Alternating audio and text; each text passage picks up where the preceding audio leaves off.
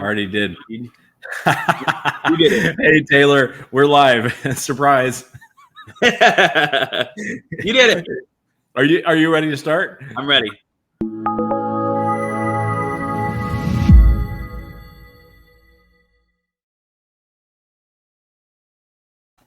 That was awesome.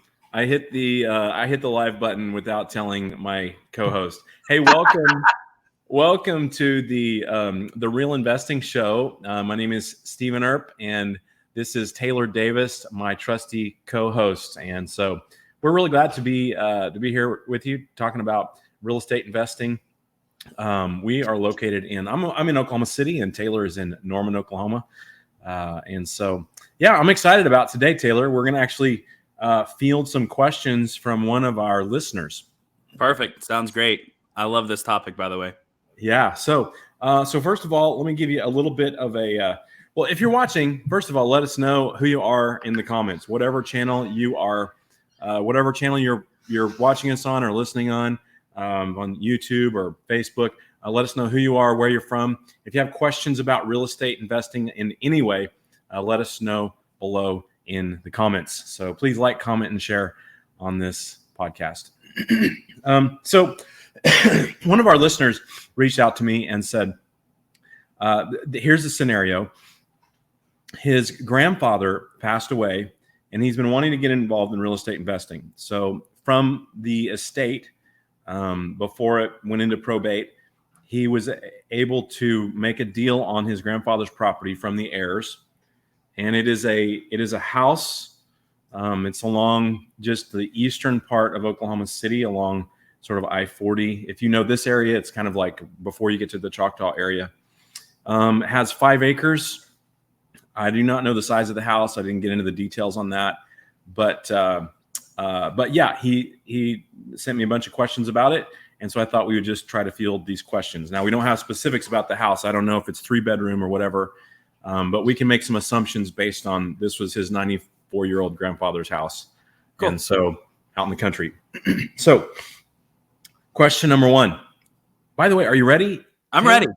All right. Question number 1. If it were your property, how would you go about setting the rent? Is it based purely on operating costs plus some markup of some kind? Or is it based on comps? And where do you get that info? Let me rephrase the question. How do you set the price? How do you set the price? How do you set the rental price for a rental property? All right. So, I mean, first off, you're in a market, right? And so as much as any producing person wants to make the price as high as possible, you can't do that because capitalism says someone else will undercut them, and it creates market. And so you're looking at demand. So as much as I'd love to be able to set everything off of my cost plus my profit desire, I really have to look at comps, because you're competing for the same buyer, or excuse me, in this case, you're competing for the same renters as all of the other landlords in the area. So you've got to look at what are other renters actually renting properties at. And then, you can look and see what are other rentals out there that aren't being rented, probably because they're overpriced. And that's going to determine that. So tools and resources, a free resource is going to be like Zillow.com, Trulia, Marketplace on Facebook. A lot of people will put rentals out on these websites that are free to look at. And then you can look at it through the eyes of, this is how I like to do it, because this is how a renter is going to do it. They're going to look at it and go, what is the best property I can get in the price range and area that I want? Right? Like right. That, they're looking to save as much money as possible. So then you've got to determine what is the most you can get to capture that renter that's still looking for that. Right. So you've got to look at your competition and be priced according to your competition. Now, obviously, there can be variables there. Someone, finding, acreage is one of those things that's going to be a unique factor that you're going to be able to probably rent it for more, simply because it's got a unique value proposition. Same thing with like a pool, or if you're in an HOA with a pool versus looking at rentals outside of that, things like that can change that value proposition. But you're still in a market, and you have to determine it based off your competitors' pricing. So to summarize, when you're looking to set the rental price of a rental, you have to go on comparative rentals in your area. Yep. Number one, do research on what rents are going for similar properties. Use Zillow. What was it? What were the others? Trulia, Facebook Marketplace, Facebook Marketplace. What about Rentometer? Apartments.com. Rentometer is a good tool to look at to kind of see what it'll pull comps for you. But I actually like to go in and see what the comps look like, because that's going to pull like a general like 3-bedroom, 2-bath. It's a good quick rule of thumb. Okay. But if I like to actually go in and then look at the properties, because you can have 10 different 3-bedroom, 2-baths that aren't anywhere near the same. Yeah. And another thing I would say is so do your digital research first to see who your competition is. And then next, if possible, I would even get in the car and drive around the area, see what other houses are for rent, what other houses are available. You can even call on some of them. And a lot of them might have websites out front or something like that. So I know that this is a unique position for this person, because they're getting this from an inheritance piece.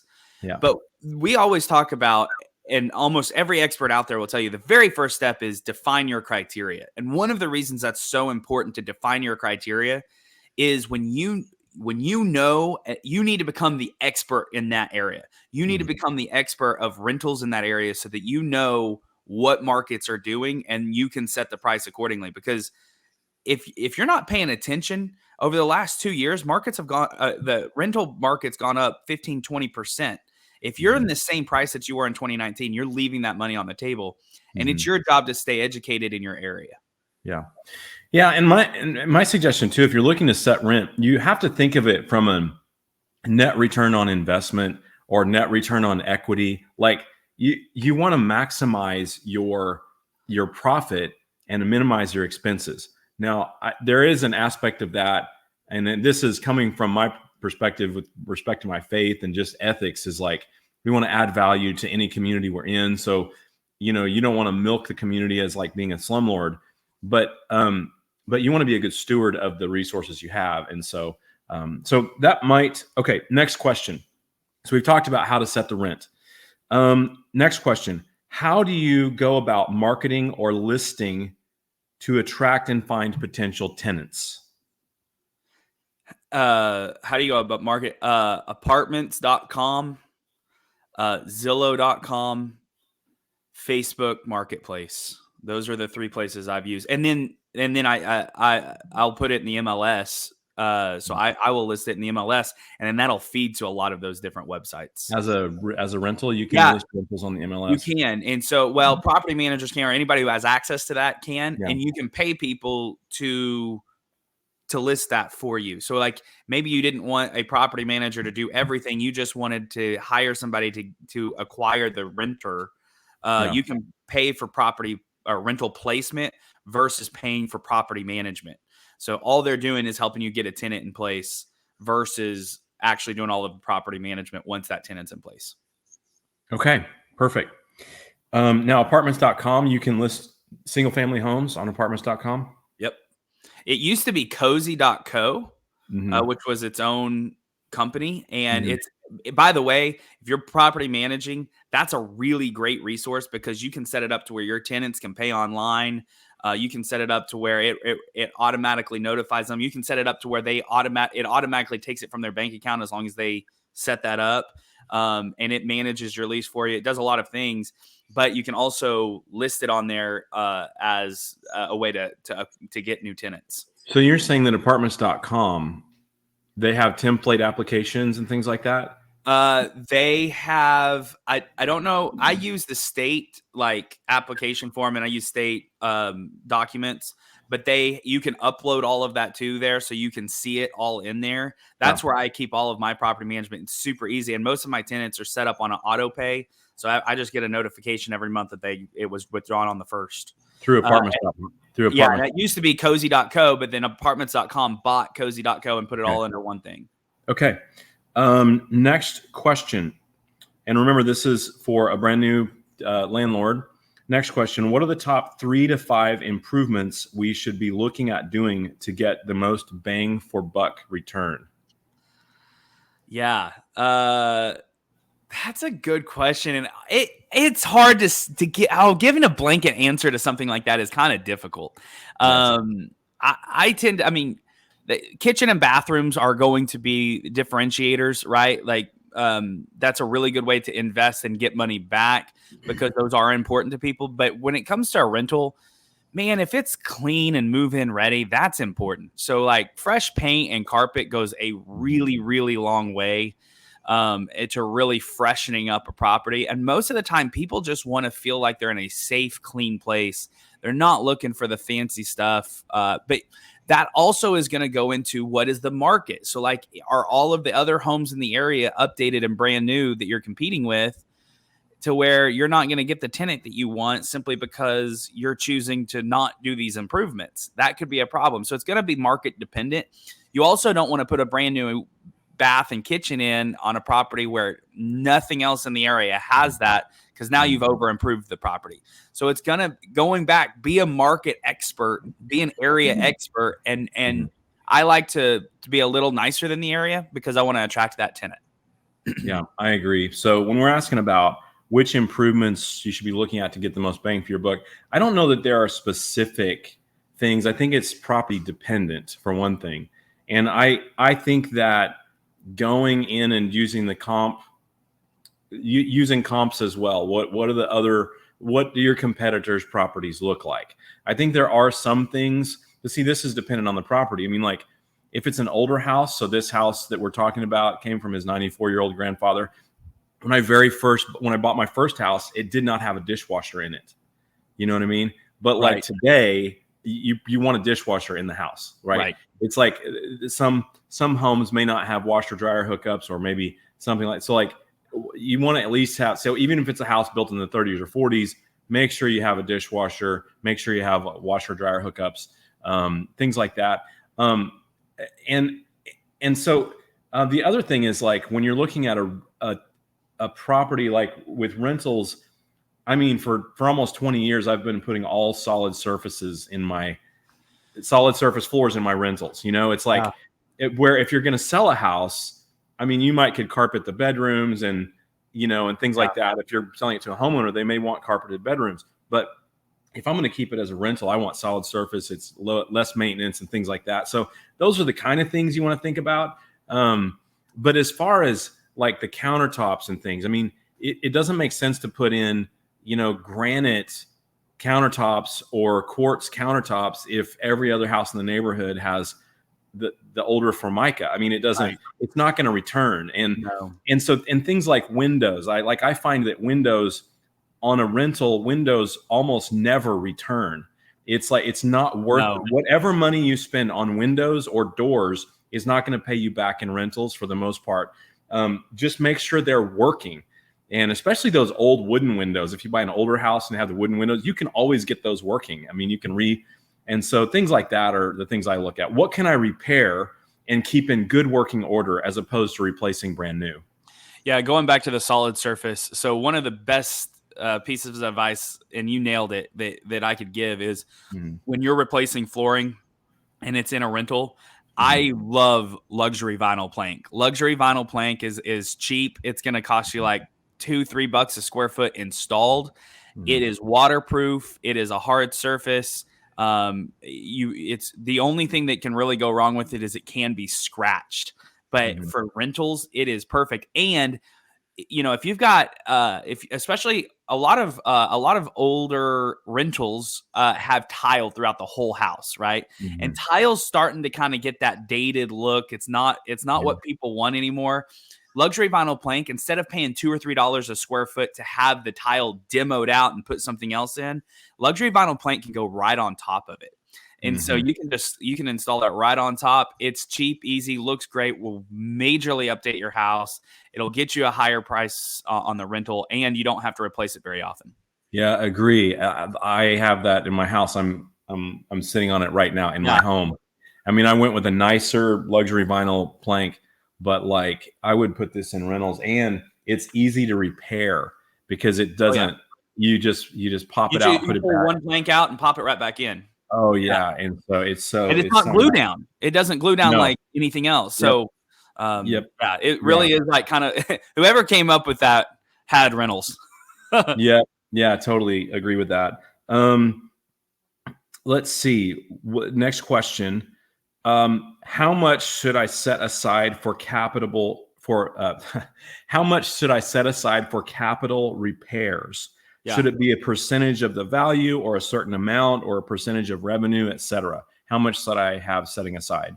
So, all right. So, how much should you set aside for maintenance, basically? So, this is a good question, and it's going to depend. Again, it's going to depend on the property. So, Mhm. if this property is 10 years old, you Mhm. don't need to set aside near as much as if it's 60 years old. If it's 60 years old, you need to be putting back quite a bit, Yeah.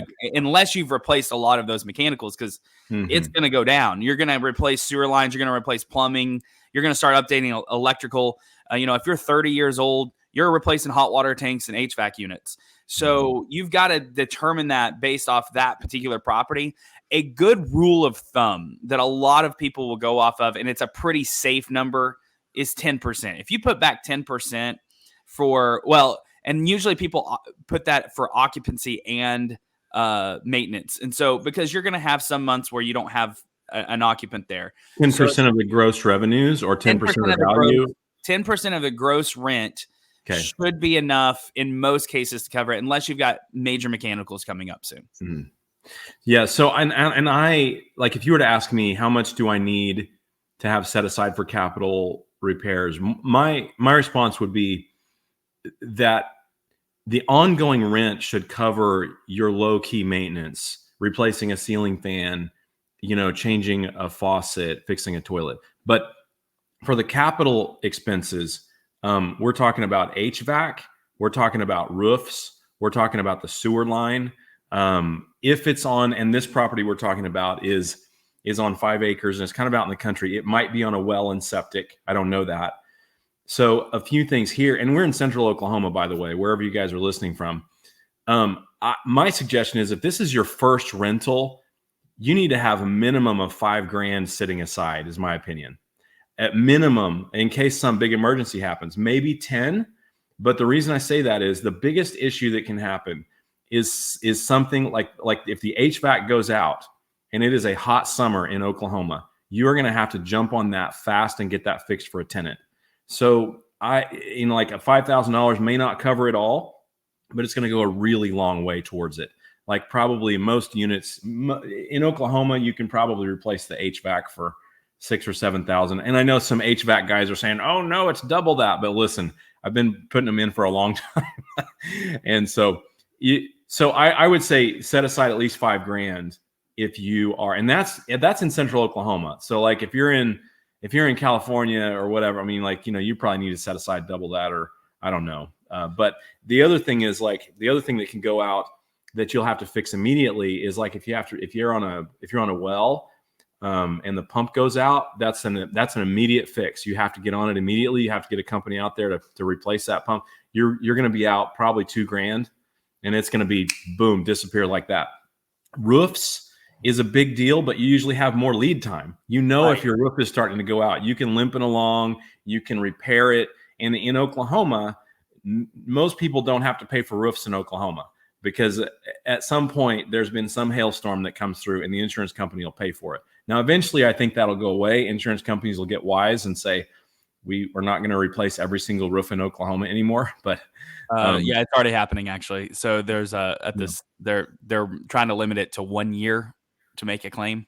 And Gotcha. so if it goes past that 1 year, then you can't claim it anymore. Yeah. Well, so those are some things to keep in mind about capital improvements, but I'm trying to think if there's any other major improvements. Most things can be slowly updated over time. So like in other parts of the country, you're going to deal with, different things like in the north, you're going to deal with busted pipes, right? That's going to be an immediate thing. Right. So there's going to be, but in most cases, you're right. I think in most cases, $5,000 is going to be enough to brace for an immediate, issue. And then if you start putting back, you've got plenty, and putting 10% back for occupancy rate, depending on the area, for maintenance and occupancy is going to be a reasonable amount. So if you're, rented out for $1,500 a month, you're putting $150 a month back.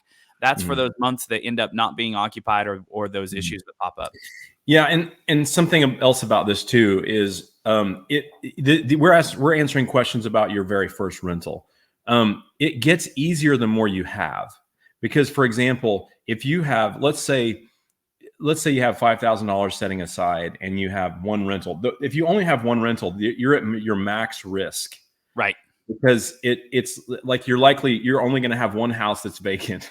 You're only going to Right. have one heat and air unit that goes out. So that's 100% of your heat and air units just went out, and 100% of your Yeah. houses just went Yeah, unoccupied. but if you get 2 properties, 3 properties, 4 Right. properties, every one you add, you don't have to have the same amount of reserves for each one. No. Like you can have $5,000 to $10,000 sitting there, and just knowing that maybe this year, if you have an emergency, you have to replace an HVAC in one of the houses, but you're not going to have to do that in all of them.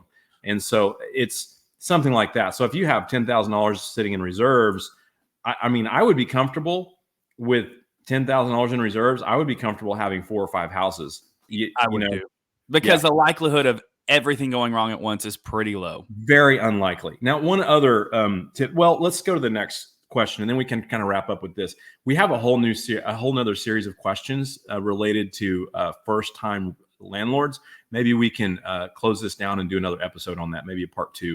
Okay. I don't know if we can handle them all in this time frame, but for now, our brand new landlord asked this question: is there anything else I should be thinking about that I'm not asking? Any other advice or tips? So that's kind of general. One thing I would say is, any other advice or tips? Now, we've been talking about setting prices and things like that. A couple of things are my tips, and these kind of sparked further conversations and further questions. One is, I would make sure you stay on top of your maintenance. Do not let delayed maintenance get away from you. Like, that is what slumlords do. Be better than that, number one. Number two, it's just not a good financial play. It's not good for the economy. It's not good for society. It's not good for your tenants. It's not good for you.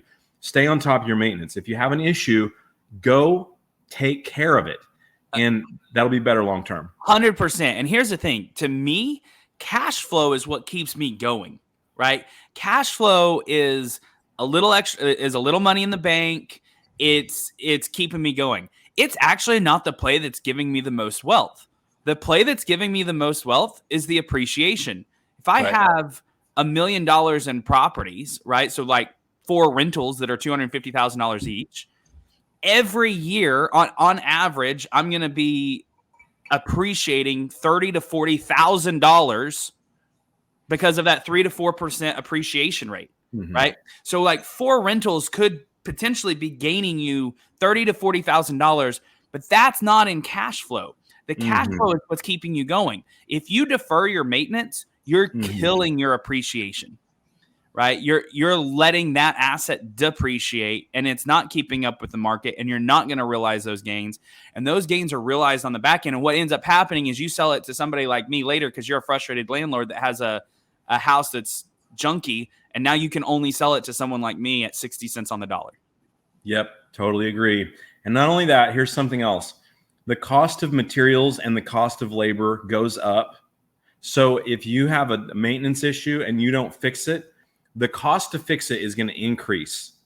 And the damage it causes is also going to increase. Oh my gosh, it only compounds. Yeah, you like, if you start having a leaky faucet or a leaky P-trap under a sink, man, that can turn into a huge mess if you just don't get out there, pay someone $75 to go fix it. Right. It could turn into hundreds and hundreds of dollars or thousands of dollars. So that's a tip. Also, you're going to lose good tenants, or you're going to make good tenants bad tenants because of the broken windows theory. If you don't care about the property, why should they? Yep, exactly. That's interesting you mentioned that. I remember I was involved in ministry for a long time, and that was a big issue. We worked in a lot of gang-infested areas, and it was like a big secret to keeping the gang activity down is when there's graffiti pops up somewhere, you paint over it immediately so the other gangs don't go tag over it and things like that. So really interesting you mentioned that. So let me give a teaser for our next episode. The next episode, we're going to talk about with our same first-time landlord, how to screen tenants, rental applications. We'll talk about lending that specialize in investment properties. insurance. We'll talk about insurance on brand new rentals and things like that. Property management. So we'll do another episode and deal with some of that stuff. So this is our series on if you're a first-time landlord, what do you want to know? Any closing thoughts, Taylor?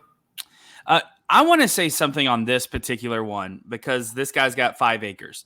Yep. And he got it in a unique way, right? Through his an inheritance. So with that, one of the things that I think a landlord should always be doing is making sure that they have the best rental portfolio that they can have with the money they have. So one of the things you want to look at is what is the equity that I have in this property, and would that equity be better used elsewhere? For me, I don't really care. I don't know what your thoughts are.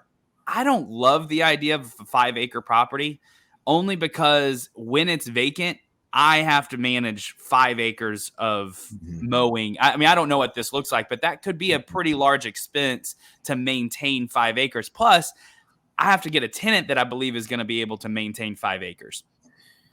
So for those reasons, it kind of concerns me to have, I'm not saying don't do it.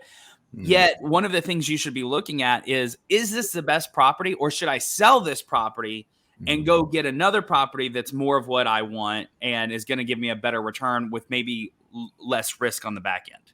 Yeah, that's a good thought. And a few other things on this. There are signs in the area that things are developing around this property and things like that. So it's highly possible, and I haven't done enough research on it, but it's possible this is a really strong appreciation play as well for this particular property. So that is a possibility, but that is something to consider. And one more brief thought I would just throw out there. In the case of this specific thing where you've bought this property from family members and it used to belong to your grandfather, I would encourage you to sort of try to think about this property as a commodity and not with the sentimental nostalgia. I mean, that's very different. I mean, so what Taylor's saying about, is this property where you're going to get the most return on your equity? Okay. You think of your equity as your investment. What is your annual return on equity? What's your annual return on cash? What's your annual return on equity? Is this property the best play? So let me break down return on equity real quick. Okay. For those that are listening, return on equity is how much are you getting every year based off the amount of equity that you have in that property. So let's say you have a $200,000 property, you owe $100,000 on that property. Well, you've got $100,000 in equity. The question you want to ask is, am I getting, and it's renting out for however much, $1,500 a month. Is this the best return I can get on this $100,000? Or should I take this $100,000, go buy 1 or 2 or 3 other properties and now get a higher return on my $100,000 in equity? Because if you've got $100,000 in equity, you could go buy 2 or 3 other properties at 20% down. Maybe you're getting a higher appreciation play and a higher return annually off of that. And so and you just hit the nail on the head. We are humans. We're emotional, right? We have emotions just like everyone else. And wise investors recognize that and check those emotions. And I'll give you an example is we've got a property right now that I drove by for years and I always wanted this property. It's an Art Deco house. It's really unique. It's cool. It's on campus in Norman. And we bought it late last year, remodeled it, or earlier this year, remodeled it and have it as an Airbnb right now. And the truth is we're not getting our highest return on investment. And I love that property. It's one of my favorite properties that I own. But I'm selling it. We're working right now with somebody that's going to be buying it because it's not giving me the highest return on investment, despite the fact that it is emotionally satisfying for me. Yeah. So sometimes you have to put your emotions aside and make the best decision as an investor. Yeah, that's really hard. That's a good word. Okay, guys, stay tuned for our next episode. Stay tuned, like you're dialing into an old school radio. But yeah, so this is our series on answering questions for a brand new landlord. In our next session, we'll talk about screening tenants. We'll talk about insurance. We'll talk about we'll talk about lending. Talk about property management a little bit. So, Taylor, always great to connect with you, bro. Thanks for your expertise.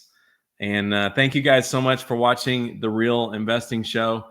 Please like, comment, and share. Tell your friends about it. And reach out to me or reach out to Taylor if we can answer any questions for you about real estate investing. Really, we're doing this just because we like to help people. True story. We hope to be able to partner with some of you as well, whether actively partnering with you or partnering with you by, you guys may be helping. If you want to become a passive investor, that's a possibility too. But really, we just love doing this. So blessings to you guys. Thanks for watching. Thank you.